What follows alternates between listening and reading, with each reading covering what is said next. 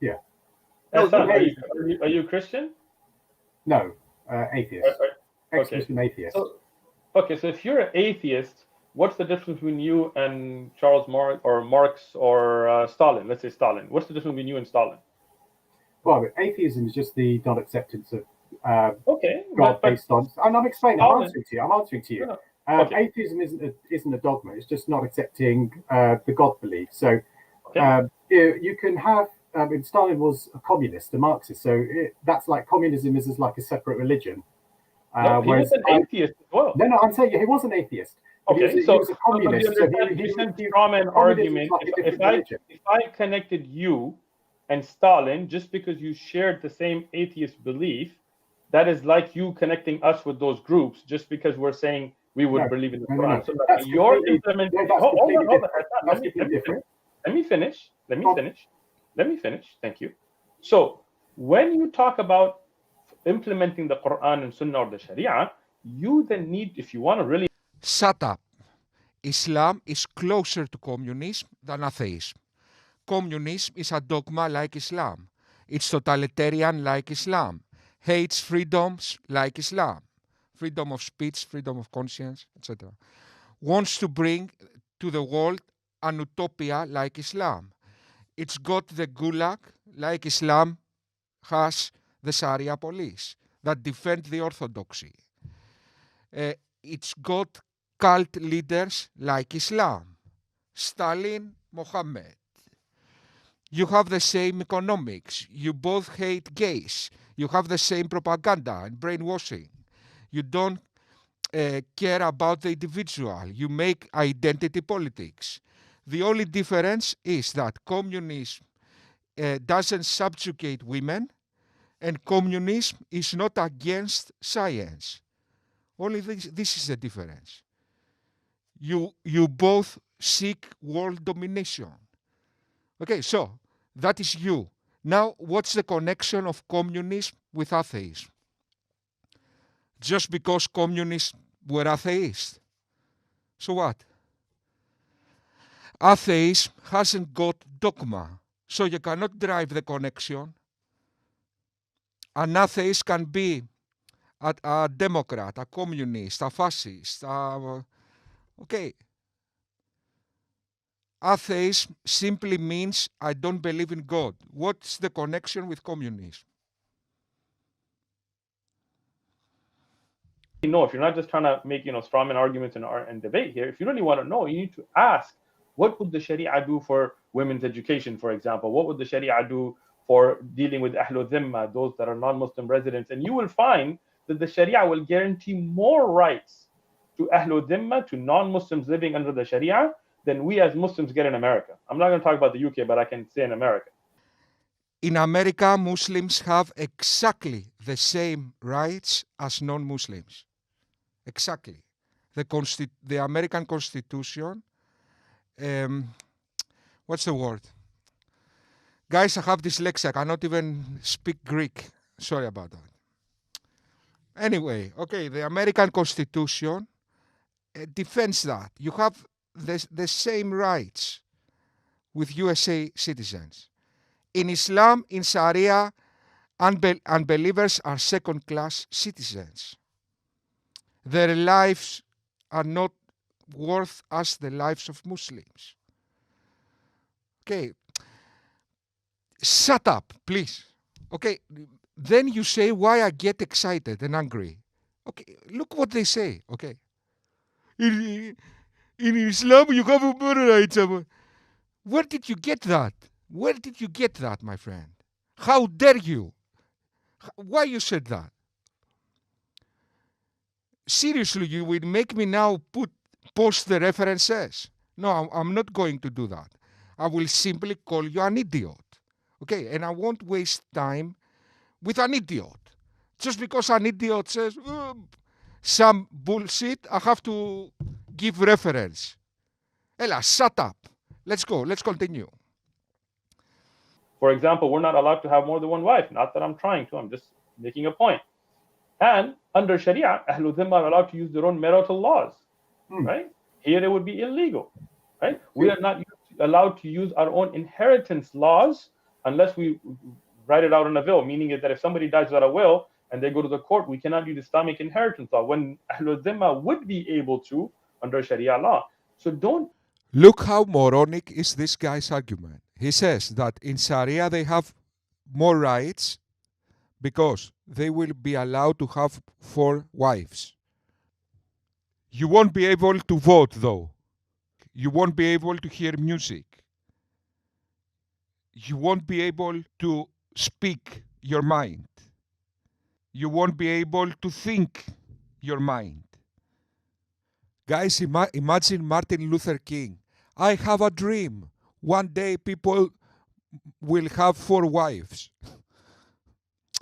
You are a joke. Under Sharia law.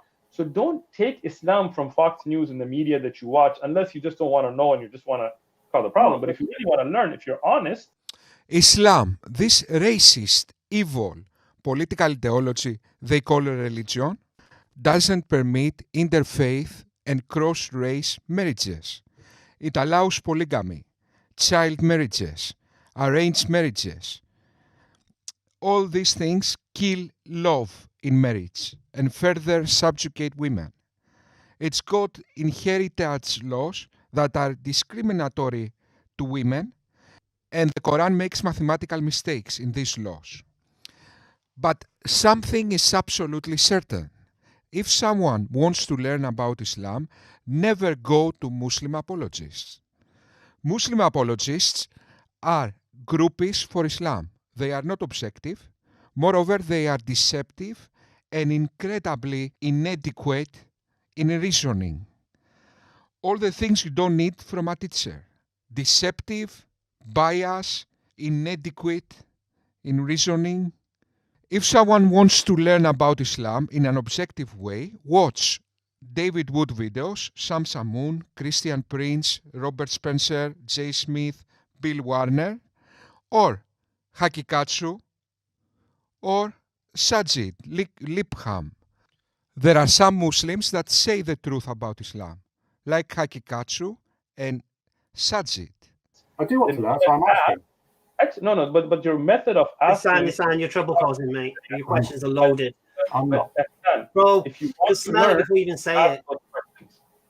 Yeah, as soon as you come out with that question. Then? So now tell us about your state. Tell us about where you get your laws from. Okay. Your morals from.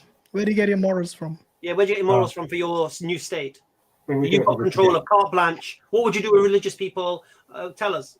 Secular humanism is how I would do it. What does that mean? People religious What does that freedoms. mean? What does that mean? Secularism means the separation of church and state, but it meant reason over superstition, reason over dogma. Okay, secularism comes from ancient Greece. From the time of the first secularist was Epicurus, but it meant a society based on reason. That is secularism. Okay, thank you for giving me the platform. So humanism is a philosophy where we look towards other humans, science and reason to solve problems. And secular means that people are allowed to express their religious freedoms, but there's like a separation from church and state. Okay, Would the secular law supersede the religious law? Yes. Why? Because... So you'd oppress religious people in your state? Few minutes ago, you said the Taliban and ISIS don't follow Islamic law. In other words, you admitted you still need humans to interpret divine laws.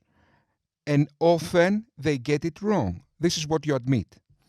The Quran is superstitious apocalyptic half words, is not an in-depth constitution, and it's not clear. Then you have the hadiths, Arab urban myths.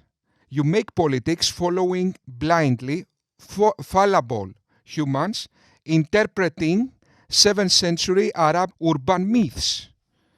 The chance of Islam being true is 0, but let's imagine Islam was true, just for a mental exercise. Let's say Sharia was the perfect laws for societies. Still, Sharia doesn't evolve and societies evolve. Still, Sharia needs humans to interpret its laws. Still, non-Muslims will not follow Sharia, so you will still have conflicts and social unrest. All that if Sharia was perfect. Now, let's go to reality. Of course, Sharia is a monstrosity. It's the direct opposite of what it needed for a society to thrive. Sharia is such a failure that if you make the diametrical opposite of Sharia in a society, you get the perfect society. In fact, Sharia is the best evidence for theism. Only the devil would have imagined Sharia. If you have a white paper and you try to imagine rules for a society, no human stupidity will get to Sharia. So maybe there is something supernatural going on. Well, you just said they would have freedoms. They would have freedoms, but they wouldn't have. No, you just said secular law would suppress their religious law. Can I ask you a question, Hassan? Hi, sure. So, are you aware of the nuance with regards to the whole issues with freedom? How there are things called positive freedoms and negative freedoms, and how these can overlap and come into conflict with one another? Of course, there's going to be conflicts of freedoms when you have, when you have laws. Yes, that's part of how you have to compromise when you run a country. So, this whole notion that there's going to be freedom, what are you going to do when there's two belief systems within a secular society, and one conflicts with another? There's an overlap. There's a tension. One of them has to be compromised. Where's this? Right. So then it's not this blanket statement about necessarily having freedom. Yusuf Podders now makes the argument of Muhammad Hijab. It's a moronic argument for 10-year-olds, but let's address it. He says that in secular societies we have social contracts. In Islam we also have social contracts. So, social contract, they are the same. Let me explain something. Okay. In USA, let me make an analogy. What they say. In USA, we have warplanes. In Greece, we have warplanes. Warplanes. The same. In Britain, we have cars. In Iraq, we have cars. Cars. What's the difference?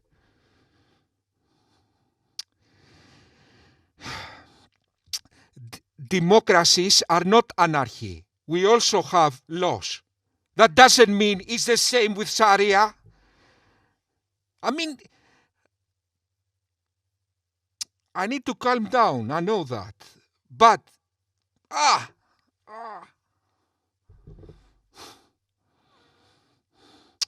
Now, the other thing to notice is that these people are now advocating for a theocratic dictatorship. You know that before that happens, there will be wars. Let me just say it. So why are you even discussing that? You think there is a chance that will happen?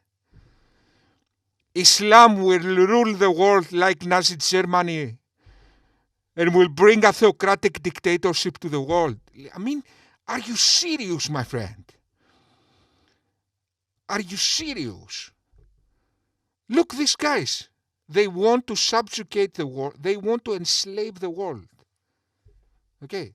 They are dictators. Hitler, Mussolini, Mao Zedong, the other one in North Korea, what's his name? I mean, how about the examples we have? You imbeciles. In the time of ISIS, you dare say that you want to make an Islamic dictatorship? How dumb can you possibly be?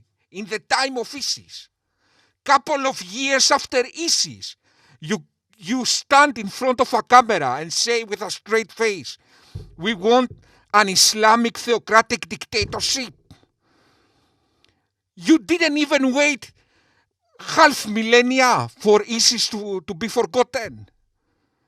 After the next year. My friend, after ISIS, to discuss this matter, you need 1,000 years. After 1,000 years, you can again discuss this matter. 3 years after ISIS, I want a theocratic dictatorship, like nothing happened. Shut up.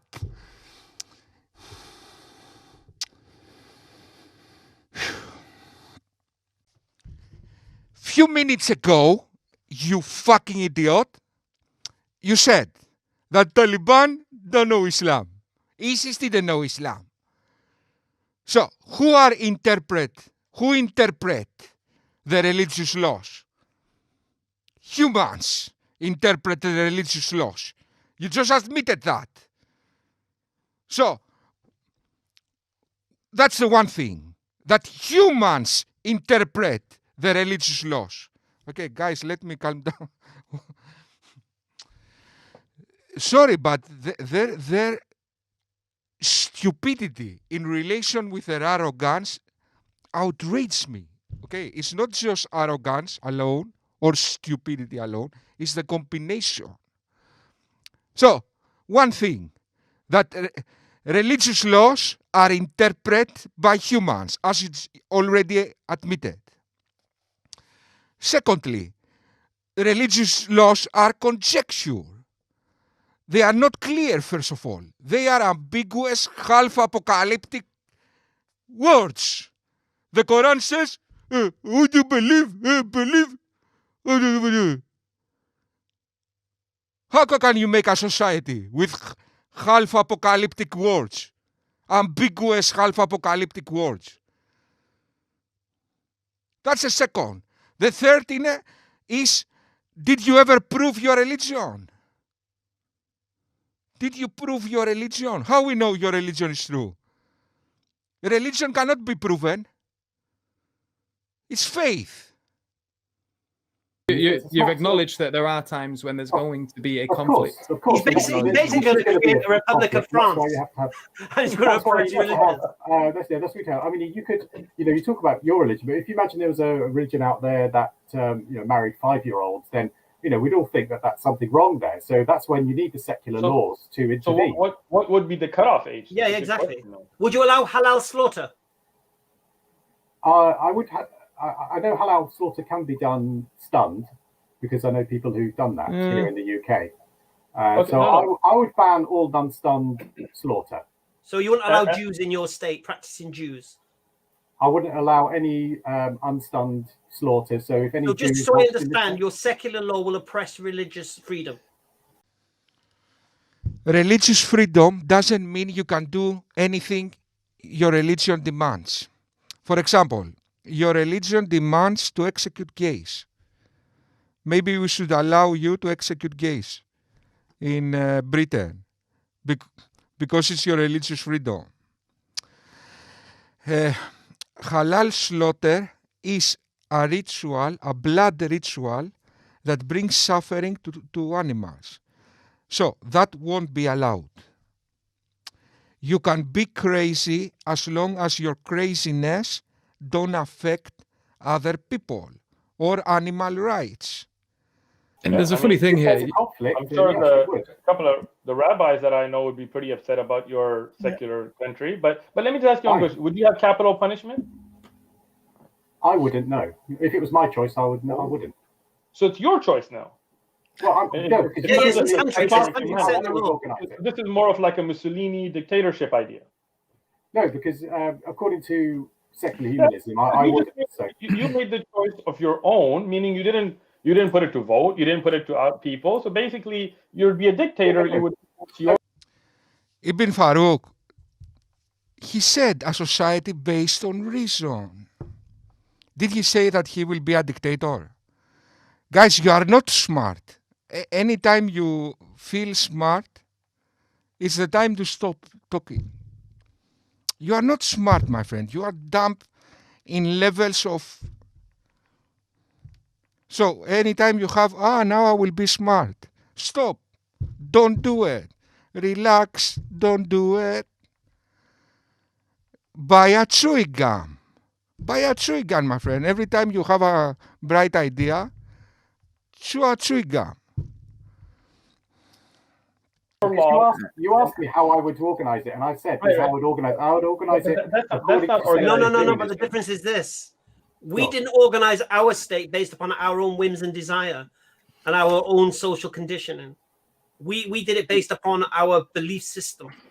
But Ehsan, you are now taking the place of a creator, first off, and ordaining.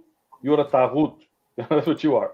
And you're taking the place of a democratic society now as well, because you are basically saying you would implement laws according to what you like, not just set up society, because I asked you about capital punishment. So now, majority of the people in the United States want capital punishment in some states, in some polls. Capital punishment for serial killers. So it's not equivalent. In one case, they debate the capital punishment for serial killers. In the other case, you debate the capital punishment for changing your mind. Are those equivalent? Okay. We must everybody agree that these people have a problem. Okay, they need a mental institute. So I think at some point we need to stop responding to these people. Let's say some crazy guys in a mental institute, they start debating and say nonsense. The president of Britain will respond. No, he won't. The same concept apply. We will just need to agree that you are mentally challenged. This argument, they are thinking of it 2 years now. Mohammed Hijab made it in a debate about liberalism. And they had 2 years to think about it, and they don't see the problem. In one case, they debate the capital punishment for serial killers, people that kill children and eat them. The other, they debate you changing your mind. And they cannot see the difference. It's equivalent. But not just now, they have 2 years to think about it. And they cannot see anything. Not just that, they see my videos, other people's videos, but imagine them looking at the videos. The next minute, the same thing. Okay, you have a problem here. Okay, no wonder you are Muslim, my friend. No wonder. No wonder you are Muslim. So what's the equivalent, my friend? USA debates whether they should execute serial killers. And even the states with the execution, they make 5 years to execute them. And they wait and the 10-year pass and they debate. Okay, that's equivalent with executing anyone who disagrees with you. It's the same. It's a good argument, eh? You got us. What is Islam is doing that to your head? No one is that dumb. Okay. Islam is corrupting your mind in levels of complete destruction. Nuclear bomb, my friend. Islam in your mind is a nuclear bomb. Done. Everything. Your mind becomes like in the hospital.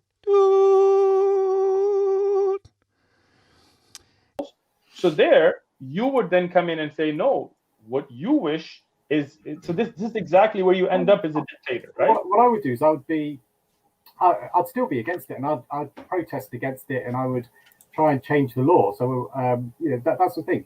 I would work. But you would allow the majority. You asked me how I would organize. Would you allow the majority rule?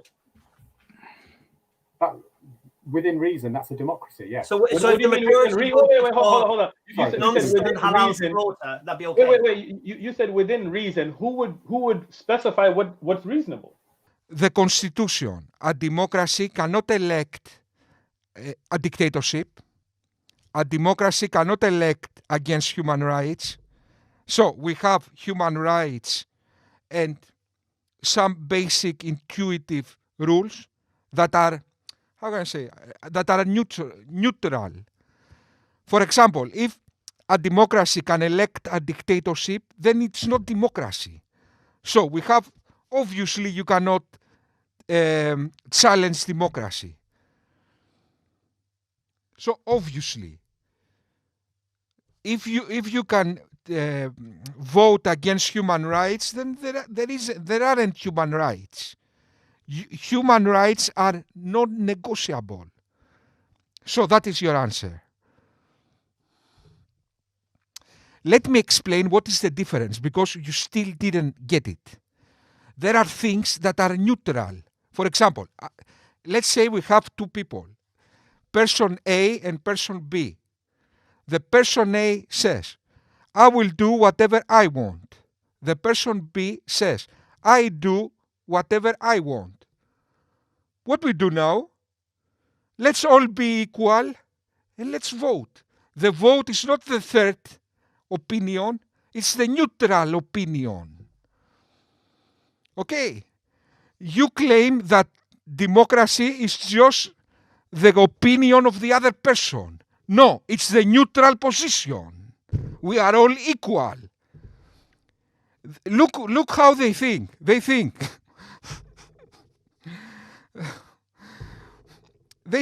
that I have Sharia, they have their own opinion, democracy, we have two opinions. No, my friend, because our opinion is everyone being equal. It's not an opinion.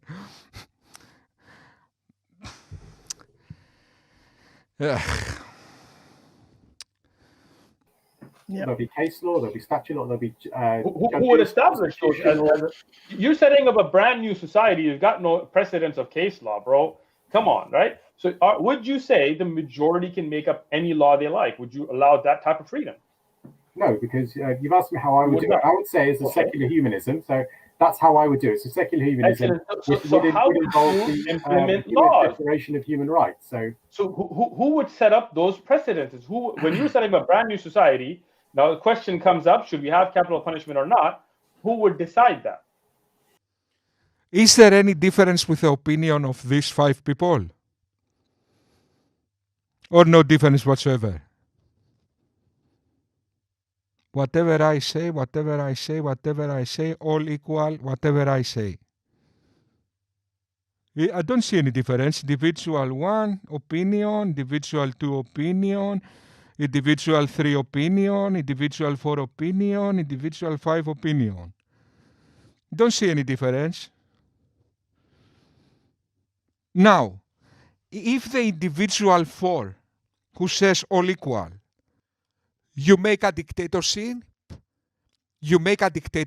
then it's not all equal, is it? Okay, study this graph at home for 2 months. Read this graph for 2 months. I know it's difficult for you to grasp it, but try. Read these 5 things for 2 months. Start reading. Take this graph to your professor, to your imam, and read it together. Put it in the computer to help you. Okay, put it in a computer that can help you to analyze this graph. And if you study it for a couple of years, you might understand it. My friend, Islam is the religion of the dumb. If Islam dominates the world, there will be idiocracy. Okay? This is simply the truth. Okay? Islam has completely destroyed your mind. You are dumb, simple. You don't have the ability to think. Okay, you are drowning in arguments 8-year-olds would see through. And it's not in the moment. In the moment, I can also don't think fast. Because the moment I get excited, I also in the moment. But you have years to think of it, my friend. In your case, you cannot see it. You cannot go over it.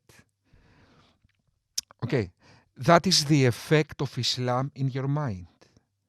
We cannot allow this mental disease affect humanity. It will send humanity in the Stone Age, my friend. Now you are interacting with Western and you are this level. If all the world becomes Islamic without the interaction, okay, Einstein will be an ISIS warlord. Socrates will be an imam. Okay, the world will go to the dark ages, my friend.